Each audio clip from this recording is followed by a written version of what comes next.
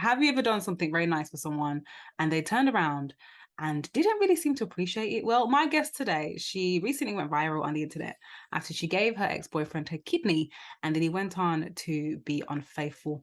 We're here to talk about forgiveness with my guest today, all the way from California. It's Colleen. Welcome to Premier Gospel. Hello, thank you for having me. Thank you for being here. So, for starters, that is such a crazy story. When I saw it, I myself had recently been through a situation where my boyfriend was unfaithful, and I was like, man, that is a huge thing to do, but then a huge thing to forgive. So I have to commend you on that. Thank you. That means a lot. When it came to sharing this story, did you have any hesitation? Because a lot of people, speaking from experience, when you get cheated on, it is quite an embarrassing thing. It's quite shameful. You, as the one that's been betrayed for some mad reason, you kind of feel like, well, for me anyway, I felt a lot Mhm, like, ugh, I don't want people to know. I don't know. I just felt like I was disappointed in my mm. relationship. Was there any hesitancy of sharing this with people? Just a little bit, cause I know it was back in the 2016, 2017. So I thought, "Oh, it's been, like, this many years, like, is it even worth telling the story?" But, I wanted to use humor, I wanted to use satire out of a traumatic experience I went through and just kinda make fun of myself, to laugh at myself, and I didn't think it was gonna get as viral as it did, yeah, I didn't think anyone was gonna watch it, so I just posted it for fun, not thinking that it was gonna get as viral as it did. Well, it did, all the way in the UK.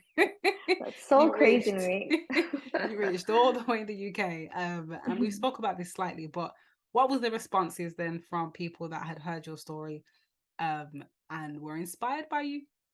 Mhm. Yeah, definitely I get a lot of, comments saying, like, "Get your kidney back," "You did such an amazing thing," like, "I'm sorry this happened to you, and you don't deserve that." I get a lot of, like, positive messages and, yeah, it was so overwhelming, like, getting all that love and support from strangers all over the world who, um, seen my videos and, like, watched my,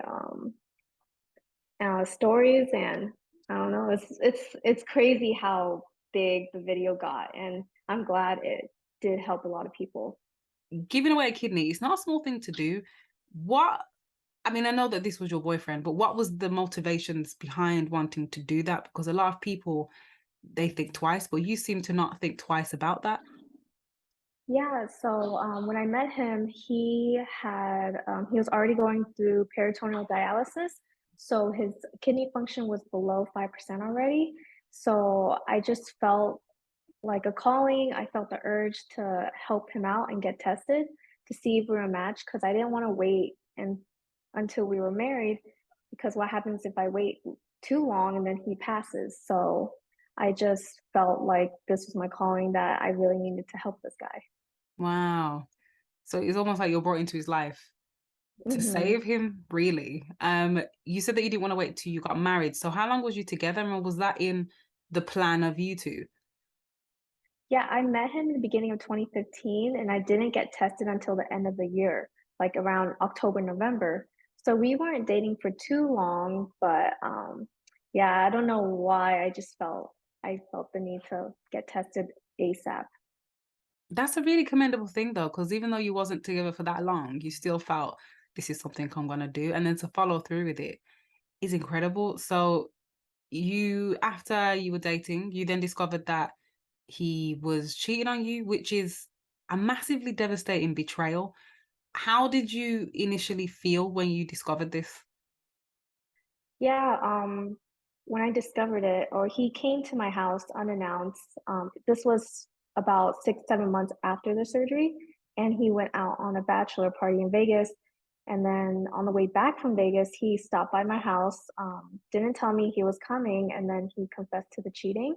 And I just remember feeling so hurt, so betrayed. Like, I don't know, I just felt so low, and that, he was a really religious man, so I it came out of the blue. I didn't think he would do that to me behind my back even after everything we've been through, and I was so devastated. Yeah, it is a really devastating thing to um to try and work through. And so you I mean, what did that look like for you? Did you kind of forgive him straight away, or did you what was the journey like? I know I didn't forgive him straight away. I felt like I still needed time to heal and, figure out if I really wanted to be with him or not. And I remember he guilt tripped me and pretty much said like, "How come it's taking you this long to forgive me? God already forgave me." That kind of stuff. So I felt like he pressured me into forgiving him and moving on from it. And that's what I did. I realized like, hey, let's give this relationship another chance and see where it goes. But yeah, it didn't end well anyways. Wow. Did you I mean, you said that he was a Christian man. So, did you at any point sit there and question Christianity? Because when these things happen, sometimes Mhm. you can kind of question the whole faith and think if this is what not that he represents all Christians, Mhm. but it can kind of rock your faith a little bit. Did that happen at any point?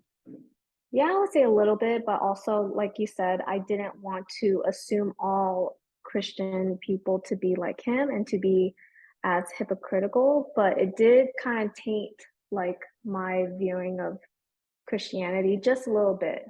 Mm. And you're a Christian yourself. No, I'm Catholic. Oh, you're Catholic. Okay. Mhm. So how did I mean, I'm not really sure what the talk us through then the Catholicism forgiveness, you know, concept. Is it the same as Christianity or is it a little bit different? Pretty much like I'm not really like super religious, but but I'm pretty sure it's almost similar as to Christianity. Yeah, I'm Mhm. thinking it must be. Yeah. So working through the emotions of someone cheating on you, did your faith at any point help with that? Because I know that when this happens, sometimes it can rock your self-worth and it can Mhm. shake your sense of everything really. You just don't really know what was real and what was not, and you kind of are a bit Mhm. lost. Did your faith help? And if not, what did help with that? I would say it did because, I had my family there who guided me and then helped me heal, and I just had that mentality that if someone really dropped you like that and treated you that way and called himself a Christian man, then they're that's not the one for you, and to not waste any more time dreading over someone who doesn't care about you. Mm. Did you going into this, did you start dating him because you thought, you know what, he's Christian and he will have Mhm. better morals? Yeah, partially. Besides his outgoing personality and humor, I thought, dating a Christian man would be good for me spiritually. I always wanted to grow my relationship with God, and I thought, he would, help and guide me and grow with me along the way. Yeah. So the aftermath then, and that does make sense. I think a lot of people do that because they think, oh, if someone is a Christian, that will help me grow. But Mhm. I mean, to be fair, in some ways, sometimes you can still take the bad and you can grow and get closer to God with it. So, Mhm.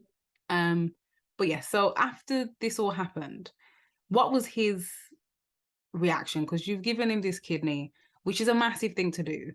Mhm. He's gone and he's done this. What was his responses apart from, like you said, guilt tripping you into forgiving?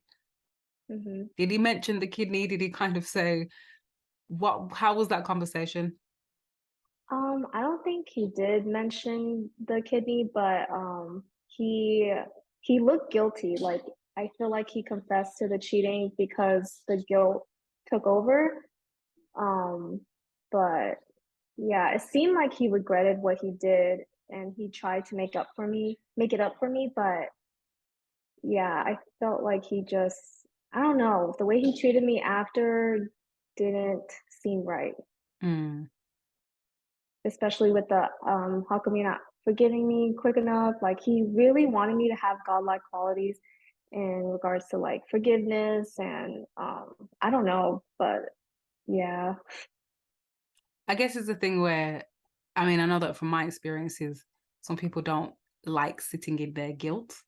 They don't like to Mhm. sit in their wrongness because it's very uncomfortable for them.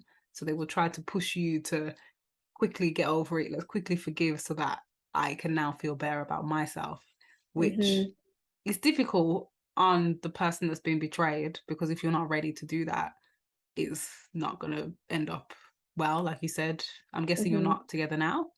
No, he ended up breaking up with me 3 months after the cheating. Wow.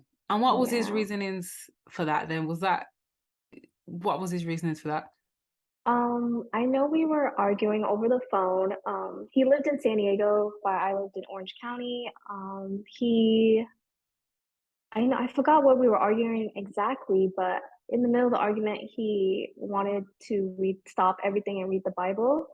And I just told him like, no, can we just like, talk to each other and try to move past this? And then he took that very offensively and pretty much said, if God wanted us to be together, then he will bring us back together in the end. Hung up before I got a word in and blocked me, blocked my number, blocked all of social media, and just stopped talking to me. Ah, this is also massive to get over because honestly, it's so many things after the other. It's giving away your kidney, Mhm. it's then the cheating, it's then that. There's no let up. It seems like it was just one very terrible thing after another. I'm Mhm. very sorry that this happened to you because these things are they're just not easy. They're so Mhm. traumatic in so many different ways. Ghosting, for one, is a very traumatic thing, but Oh, cheating is yeah. also a very traumatic thing. And then to know that you've Mhm. practically saved someone's life and this is how they've acted, that's a lot. It's a lot. It was.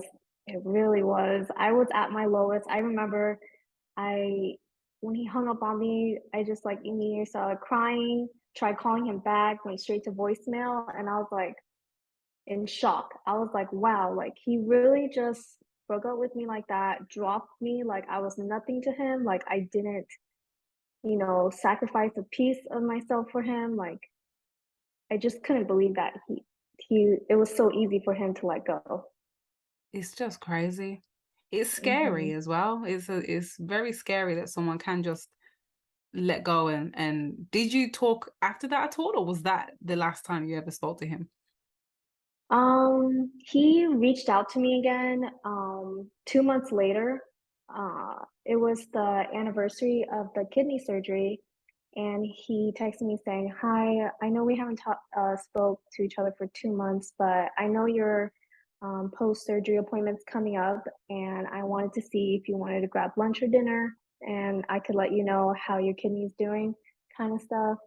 And I was like, okay, I'm not gonna even answer back because he's only texting me because he feels guilty that the anniversary is coming up and then he cut ties with me. So this is a way of him trying to not feel guilty. Mm, I'm glad that you didn't go. Yeah, I did not respond at all. I was like, no, you're not worth my time anymore. And I already moved on, so I didn't want to go back to it. Yeah. Most people, if you would say this story, and I saw some in the comments of when I saw the video and where it was shared. I think I saw originally it was on Facebook. Hmm. A lot of people were like, "Oh my gosh, you must really regret that," and I would have to go back and get my kidney, and you know, all these different things. Did you have not that you're gonna go back and get your kidney because that is not Hmm. physically possible, but did you have that feeling of regret? Did you look and you think, "Man, I've saved this guy. This is how he's treated Hmm. me. I regret doing that," or was it that you didn't and you thought, you know what, I'm happy that he's alive, Hmm. and that's that. Yeah, regardless of how our relationship ended and how he treated me, I still don't regret what I did because, giving someone a second chance at life is like I can't take that back. As long as he's, doing well still, then that's all that matters. That is a very commendable approach. Because, like I said, a lot of other people, I know a lot of they people would be really mad.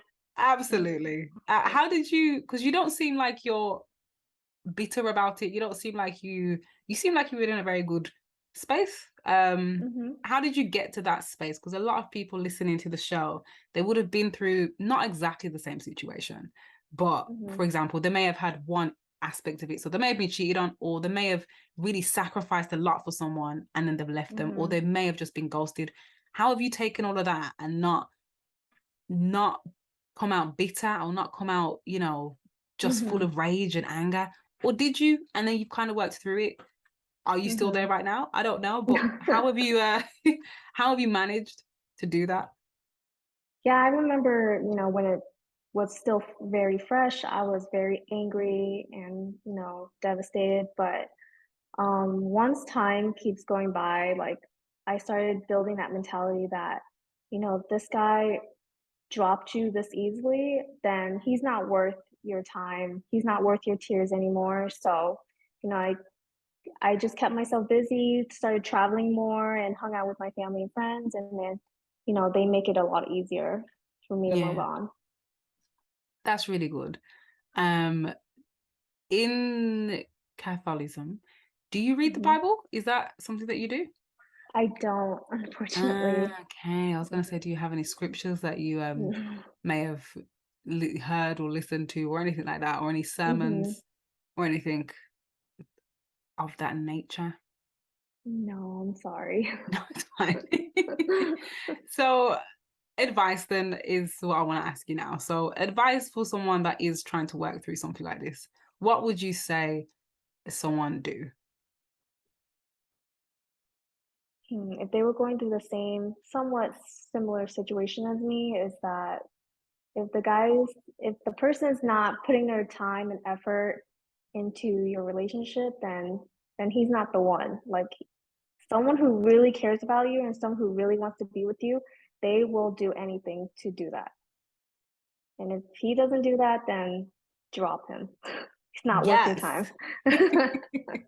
I love that. I mean, the drop it is the hardest part, I guess, Yeah. for a lot of people. And I think it's a very strong thing to just to not go back. A lot of Mhm. people would have went to that dinner. A lot of people, which is there's no judgment. We've all been there, but I Mhm. think it is a really strong, commendable thing to say. No, he's gone, and I'm gonna make him stay gone. So that's Mhm. very inspiring. Yeah. Thank you. Can I ask you one more question as well? So, who in your life do you look up to when it comes to these things? Is there anyone that kind of taught you to be like that, or do you think that is just something that you just are, you were made like by God, or you know, Mhm. it's just in your nature? I don't think there's anyone I really look up to, but I felt like God put me through this, that traumatizing experience to help me grow stronger, and I feel very strong because of the experience I went through. Mm, I think that's true, 100%. How did you get to that conclusion as well? Because a lot of people, when they go through these really devastating things, they might not think of it like that. Was that something that you Mhm. immediately thought, or was that something that it took you a while to get there? And if it did, how did you get to that thought process? I feel like it did really take time for me because, when I was at my lowest, I just, kept thinking about why did he leave me? And he made me question my self-worth. But as the time go by, like it made me realize, I'm worthy. I did all I could do in that relationship. I've tried fighting for it, but it just felt like a one-way street where I was doing all the work and he wasn't putting much effort. So yeah, had to come to that realization that he's just not, worth my time anymore. And you've turned it all around, and you now believe that it's a lesson, it's something that God has put you through to teach you, which I think is a great way to see it. Um, One of the last things I want to ask as well is, what's the benefits of forgiveness? So a lot of people, we live in this generation where we kind of glamorize the whole, you know, I'm gonna just stay mad, I'm gonna hold this grudge Mhm. and blah blah blah. What's the benefits, would you say, of actually forgiving someone and letting it go and saying, you know what, it is what it is? Mhm. I would say, um, definitely life is too short. Life is too short to be sad. Life's too short to be angry. So, it's best to live most of your life happy because, you know, you don't know tomorrow's not promised. So it's better just to try to be happy. Love that. Absolutely love that. Colleen, thank you so much for joining me.